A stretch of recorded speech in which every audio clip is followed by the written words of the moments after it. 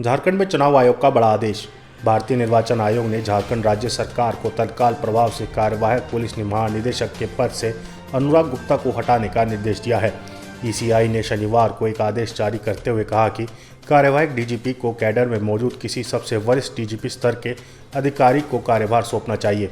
यह निर्णय पिछले चुनाव के दौरान अनुराग गुप्ता के खिलाफ आयोग की ओर की गई शिकायत और कार्रवाई के इतिहास को ध्यान में रखते हुए लिया गया है।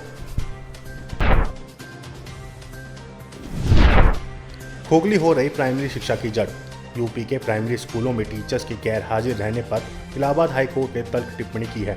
हाईकोर्ट ने कहा है कि टीचर्स के स्कूल से गायब रहने की वजह से प्राइमरी स्कूलों की जड़ खोखली हो रही है और इससे बच्चों का भविष्य प्रभावित होता है। कोर्ट के मुताबिक ऐसे टीचर्स के खिलाफ कड़ी कार्रवाई होनी चाहिए। हाईकोर्ट ने ऐसे ही एक मामले में विभागीय अफसर को जांच कर उचित कार्रवाई करने के आदेश दिए हैं। मोतीलाल नेहरू कैंप की झुग्गियों में भीषण आग। दिल्ली स्थित पुराने जेएनयू कैंपस के पास मोतीलाल नेहरू कैंपस की झुग्गियों में भयंकर आग लगने की सूचना है। आग की इस घटना में 43 वर्षीय व्यक्ति और उसके 22 और 20 वर्षीय 2 बेटे झुलस गए। तीनों को अस्पताल में इलाज के लिए भर्ती कराया गया है। अभी तक किसी के हताहत होने की कोई सूचना नहीं है। मोतीलाल नेहरू कैंप की झुग्गियों में आग लगने के बाद वहां पर अफरा तफरी मच गई। झुग्गियों में रहने वाले लोग इधर उधर भागने लगे। हालांकि आग कैसे लगी इसका अभी पता नहीं चला है। दिल्ली में AQI लेवल 300 पार। दिल्ली में शनिवार को AQI लेवल 300 पार पहुंच गया। हर बढ़ते दिन के साथ राष्ट्रीय राजधानी में प्रदूषण का स्तर भी बढ़ रहा है। इसे लेकर कांग्रेस के वरिष्ठ नेता और राज्यसभा सांसद प्रमोद तिवारी ने कहा, दिल्ली में बढ़ते प्रदूषण के लिए केंद्र की मोदी सरकार और दिल्ली सरकार जिम्मेदार है। कई राज्यों की सरकारों ने प्रदूषण को कम करके दिखाया है। उन्होंने आगे सवाल किया कि दिल्ली के LG इस वक्त क्या कर रहे हैं और दिल्ली के पूर्व मुख्यमंत्री अरविंद केजरीवाल साल की शुरुआत में सिर्फ नए नए वादे करते रहे हैं।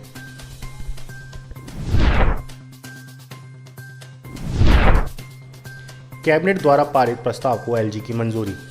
जम्मू कश्मीर के उपराज्यपाल मनोज सिन्हा ने CM उमर अब्दुल्ला के नेतृत्व वाले कैबिनेट द्वारा पारित प्रस्ताव को मंजूरी दे दी है, जिसमें केंद्र से जम्मू कश्मीर को राज्य का दर्जा बहाल करने का आग्रह किया गया था। उमर अब्दुल्ला की इन कैबिनेट मीटिंग में जम्मू कश्मीर को राज्य का दर्जा बहाल करने से जुड़ा प्रस्ताव लाया गया, लेकिन अनुच्छेद 370 और 35A को लेकर कोई जिक्र नहीं हुआ। बता दें कि अगस्त 2019 में जम्मू कश्मीर को केंद्र शासित प्रदेश में बदल दिया गया था और इससे लद्दाख के क्षेत्र को अलग करके उसे अलग केंद्र शासित प्रदेश बना दिया गया था। हमारी जिम्मेदारी अपने नेताओं को अपडेट करना। महाराष्ट्र में विधानसभा चुनाव के मद्देनजर सभी पार्टियां अपने अपने उम्मीदवारों को लेकर अंतिम रूप से बातचीत करने में जुटी हैं। महाविकास अघाड़ी में भी सीट शेयरिंग को लेकर अभी कोई फैसला नहीं हो पाया है। इस बीच महाराष्ट्र कांग्रेस के प्रमुख नाना पटोले ने कहा है कि हमारी जिम्मेदारी अपने नेताओं को अपडेट करना है और हम वो कर रहे हैं। संजय राउत अगर उद्धव ठाकरे को कंट्रोल करते हैं तो ये उनका मसला है। संजय राउत क्या कहते हैं इस पर हम कुछ नहीं बोलना चाहते। बता दें कि सीट शेयरिंग को लेकर महाविकास अघाड़ी में लगातार मंथन जारी है। बताया जा रहा है कि कुछ सीटों पर पेंच अभी फंसा हुआ है।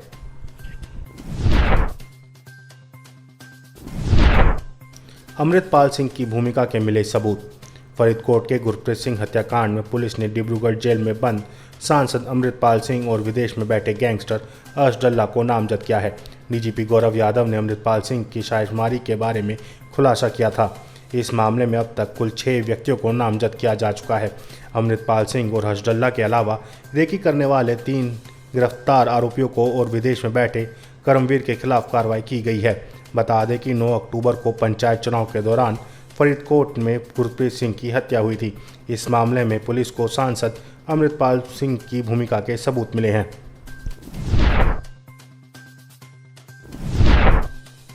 नारायण साईं को मिली आसाराम से मिलने की इजाज़त।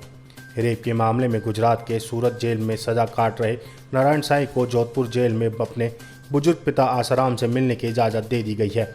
आसाराम की बढ़ती उम्र को देखते हुए नारायण साईं ने आसाराम से मिलने के लिए गुजरात हाई कोर्ट में अर्जी दी थी। डबल जज की बेंच की ओर से सकारात्मक जवाब दिया गया है। नारायण साईं अपने पिता आसाराम से जोधपुर जेल में 4 घंटे तक मुलाकात करेंगे। व्यापम घोटाले का खुलासा करने वाले कांग्रेस में शामिल। मध्य प्रदेश में व्यापम घोटाले के विसल ब्लोअर एवं RTI एक्टिविस्ट डॉक्टर आनंद राय ने आज कांग्रेस का दामन थामा है। प्रदेश कांग्रेस अध्यक्ष जीतू पटवारी ने उन्हें पार्टी की सदस्यता दिलाई। इस दौरान प्रदेश प्रभारी भंवर जितेंद्र सिंह, पूर्व मंत्री सज्जन सिंह वर्मा भी मौजूद रहे। बता दें कि डॉक्टर आनंद राय व्यापम मामले के विसल ब्लोअर हैं और वे आदिवासी संगठन जेएस में भी काम कर चुके हैं। तेजी से बढ़ रहा पेट्रोलियम सेक्टर। भारत में पेट्रोलियम प्रोडक्शन की खपत लगातार बढ़ती जा रही है। देश में इन प्रोडक्ट्स की सालाना खपत करीब 30 मिलियन मैट्रिक टन है। इसमें भविष्य में और इजाफा आएगा। अभी पेट्रोलियम सेक्टर करीब 220 अरब डॉलर का है। इसके 2025 तक 300 अरब डॉलर हो जाने की संभावना है। डिमांड बढ़ने के साथ ही इसके 2040 तक 3 गुना होकर 1 ट्रिलियन डॉलर का हो जाने की भी संभावना है।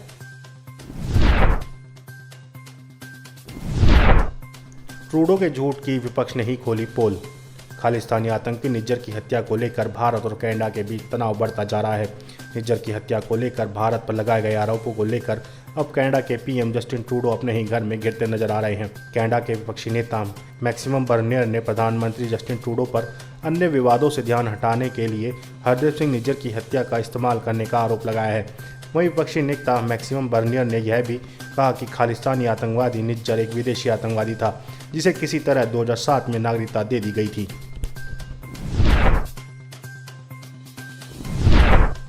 हमास जिंदा है और रहेगा।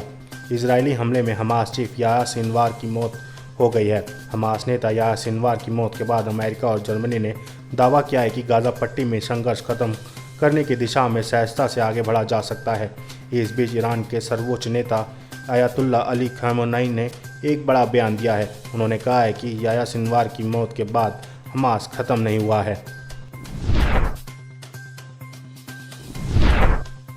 बांग्लादेश सरकार ने दी भारत को वार्निंग।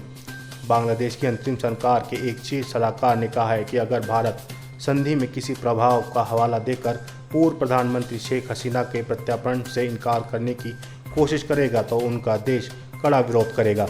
बांग्लादेश के कानूनी सलाहकार यासिफ नजरुल की यह टिप्पणी ऐसे समय पर आई है जब अंतर्राष्ट्रीय अपराध न्यायाधिकरण में 2 दिन पहले ही हसीना के खिलाफ गिरफ्तारी का वारंट जारी किया है। अमेरिका ने चीन और रूस को दिया सख्त संदेश। खालिस्तानी समर्थक चरमपंथी गुरपंत सिंह पन्नू की हत्या की साजिश के सिलसिले में मुख्य आरोपी विकास यादव के खिलाफ अमेरिकी न्याय विभाग की ओर से दायर अभियोग के साथ दिए गए बयान में यह भी कहा गया है कि वाशिंगटन इस प्रकरण का उदाहरण देकर अन्य देश खासकर चीन और रूस को एक बड़ा संदेश दे रहा है।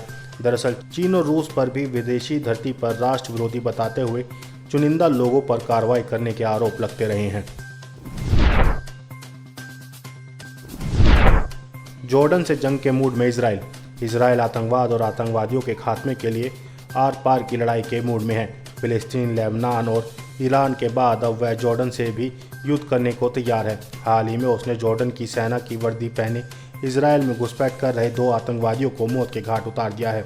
इजरायली डिफेंस फोर्स ने इस बात की पुष्टि करते हुए कहा है कि 2 आतंकवादी जॉर्डन की सेना की वर्दी पहनकर इजराइल में घुसने की कोशिश कर रहे थे। मामला संदिग्ध लगने पर जब उन्हें रुकने को कहा गया तो फायरिंग शुरू कर दी। जवाबी कार्रवाई में दोनों आतंकवादी मारे गए।